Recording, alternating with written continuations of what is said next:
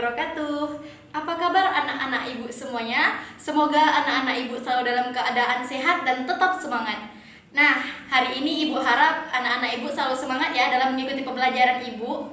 Nah, sebelum itu ibu akan memberitahu kepada anak-anak ibu, kita hari ini akan belajar mengenai unsur-unsur pembangun teks puisi. Nah, sebelum itu kita akan membahas unsur-unsur pembangun teks puisi ini pada kompetensi inti 3 dan kompetensi dasar 3.7 dan 3.8. Nah, sebelum kita masuk ke materinya, ibu akan menjelaskan tujuan pembelajaran ibu pada hari ini. Nah, tujuan pembelajaran ibu yang pertama, ibu harap di awal dan di akhir pembelajaran kalian diharapkan mampu untuk mengetahui apa itu pengertian puisi. Yang kedua, diharapkan anak-anak ibu dapat merumuskan unsur-unsur apa saja yang ada di dalam teks puisi. Nah, sebelum kita masuk ke unsur-unsur apa saja yang ada di dalam teks puisi, ibu akan menjelaskan terlebih dahulu apa sih sebenarnya itu puisi. Nah, yang pertama, pengertian puisi. Puisi adalah jenis karya sastra yang berbentuk teks atau karangan yang bersifat imajinatif. Nah, biasanya puisi ini ada yang berdasarkan kisah nyata hidup seseorang dan dilantunkan dengan setiap keindahan di dalam setiap kata-katanya. Nah, biasanya puisi ini ada yang bertema tentang percintaan, kritik, pahlawan, dan masih banyak lagi. Nah, dari pengertian puisi tersebut, kira-kira apa saja ya unsur-unsur pembentuk teks puisinya? Yang pertama itu ada tema, yang kedua nada dan suasana, yang ketiga rima, yang keempat citraan, yang kelima majas, yang keenam amanat, dan yang ketujuh kata-kata berlambang.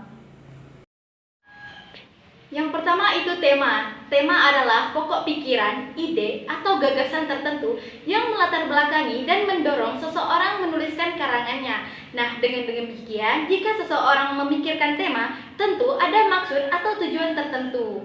Nah, yang kedua ada nada dan suasana. Nada ini adalah sikap seorang penyair dalam menuliskan puisinya, sehingga efeknya itu akan terasa oleh pembaca. Contohnya ketika seorang penyair itu menuliskan puisi yang bernada protes, sinis, marah, otomatis seorang penyair tersebut juga harus melantunkan puisinya dengan nada marah. Yang kedua suasana. Suasana ini adalah perasaan pembaca setelah membacakan puisi. Nah, jika nada tadi adalah cara penyair untuk menyampaikan puisinya, nah sedangkan suasana ini adalah efek yang dirasakan pembaca setelah membacakan atau mendengar puisi yang dibacakan oleh si penyair. Misalnya saat si penyair membacakan puisi tentang penuh semangat, otomatis orang yang mendengar atau membaca puisi tersebut juga akan merasakan dengan semangat. Yang ketiga, rima. Rima atau biasanya kita sebut di dalam dunia persajakan itu adalah suatu bunyi-bunyian yang muncul dari lafal, huruf, atau kata yang dijumpai dari setiap larik atau bait. Nah, biasanya itu ada A, B, ada B, B, C, C, seperti itu. Dan rima ini biasanya ada rima bebas dan rima terikat. Yang keempat itu citraan. Citraan yaitu kesan yang tertangkap dalam kalimat atau baris-baris puisi. Citraan ini bisa kita rasakan melalui alat indera kita. Nah, citra ini ada citra penglihatan, citra penciuman, citra pendengar, dan citra gerak. Yang kelima ada majas. Majas ini adalah bahasa kiasan yang digunakan untuk melambangkan sesuatu atau menciptakan kesan tertentu di dalam puisi itu. Nah, adapun majas dalam puisi yang sering digunakan yaitu majas perbandingan, pertentangan, perulangan, dan perumpamaan. Yang keenam itu ada amanat. Amanat ini adalah pesan yang ingin disampaikan oleh pengarang kepada pembaca ataupun pendengar. Nah, yang ketujuh itu ada kata-kata berlambang. Kata-kata berlambangnya itu kata-kata yang melambangkan suatu makna. Nah, contohnya pada puisi Hujan di Bulan Juni. Nah, hujan di sini merupakan lambang yang memiliki arti bahwa hujan ini memiliki arti rezeki atau sebuah kebaikan. Baik anak-anak, ini Ibu memberikan satu contoh jenis puisi yang berjudul Karangan Bunga karya Taufik Ismail. Dan Ibu juga akan menampilkan atau mendengarkan satu contoh pembacaan puisi Karangan Bunga karya Taufik Ismail ini. Karangan Bunga karya Taufik Ismail, Tirani 1966. Tiga anak kecil dalam langkah malu-malu datang ke Salemba sore itu. Ini dari kami bertiga, pita hitam pada karangan bunga, sebab kami ikut berduka bagi kakak yang ditembak mati siang tadi.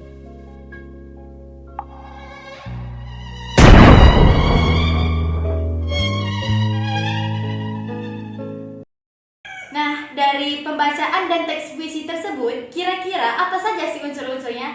Ini unsur-unsurnya. Yang pertama, tema. Tema dari puisi yang berjudul Karangan Bunga ini adalah tema kepahlawanan. Yang kedua, nada dan suasana. Puisi berjudul Karangan Bunga ini menggunakan nada sedih karena penyair mengarang puisi ini dalam keadaan bela sungkawa. Nah, sedangkan suasananya itu adalah suasana haru karena pembaca akan tersentuh hatinya dengan diksi-diksi yang dibuat sedih oleh si penyair itu tadi. Selanjutnya, yang ketiga, rima. Rima ini bait pertamanya itu bersaja A, B, C, B. Bait kedua itu bersaja A, A, A, B, B. Jadi, rima yang digunakan dalam puisi Karangan Bunga ini adalah rima bebas. Yang keempat, citraan. Puisi ini menggunakan citraan penglihatan. Dalam puisi ini menggunakan citra penglihatan. Hal ini terdapat di dalam kata 3 anak kecil melangkah malu-malu datang ke Salemba sore itu. Nah, citraan yang menggunakan penglihatan karena 3 anak kecil melangkah hanya bisa dilihat. Selanjutnya yang kelima, majas. Majas yang digunakan dalam puisi ini adalah majas perbandingan atau asosiasi. Hal ini dikarenakan terlihat pada bait pertama, baris pertama, 3 anak kecil yang menggambarkan 3 tuntunan rakyat atau tritura. Juga terdapat pada judul puisi itu sendiri, serta pada bait kedua, baris kedua, pita hitam pada karangan bunga. Nah, hampir semua kalimat terdapat dalam puisi ini menggunakan majas asosiasi. Nah, majas metafora juga digunakan dalam puisi ini, yang dimana 3 anak kecil seperti mahasiswa yang berjalan datang ke Salemba dengan malu-malu. Nah, ini merupakan salah satu majas metafora yang ada di dalam puisi Karangan Bunga. Nah, yang keenam itu ada amanat.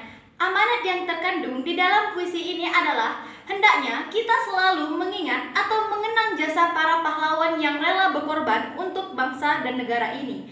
Kita juga harus menghargai jasa para pahlawan dan kita juga harus meneruskan perjuangan para pahlawan.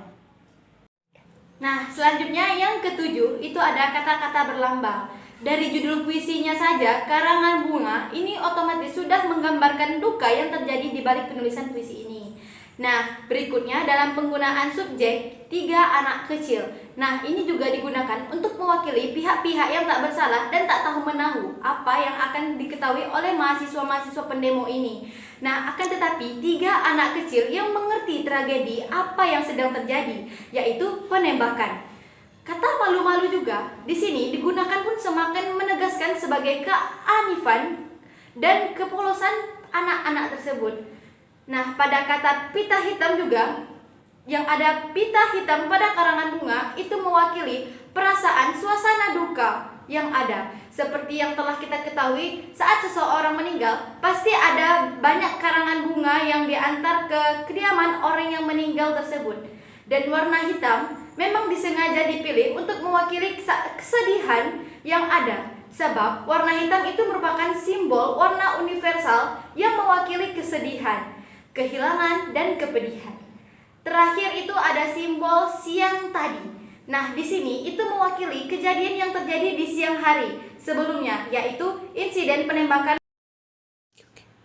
Baik anak-anak, setelah ibu tadi menjelaskan panjang lebar mengenai unsur-unsur pembangun yang ada di dalam teks puisi, dapat ibu simpulkan bahwa di dalam setiap puisi itu pasti memiliki unsur-unsur pembangun teks puisi. Nah, salah satunya yang telah ibu sebutkan tadi itu ada tema, ada amanat, ada kata-kata berlambang, ada majas, ada nada dan suasana, ada citraan. Nah, setelah ibu jelaskan, di sini ibu akan memberikan tugas kepada anak-anak ibu tercinta untuk kalian menentukan unsur-unsur yang ada di dalam puisi Aku karya Khairil Anwar. Nah, di sini ibu meminta kalian menentukan setiap unsur-unsur seperti tema, amanat, nada dan suasana, citraan, majas. Nah, Ibu minta anak-anak Ibu dapat menyelesaikan tugas yang Ibu berikan minggu depan. Baik, terima kasih anak-anak. Semoga pembelajaran kita hari ini dirahmati oleh Allah. Tetap semangat belajarnya, jangan pernah berputus asa. Ibu tutup dengan wabillahi taufik wal hidayah. Wassalamualaikum warahmatullahi wabarakatuh.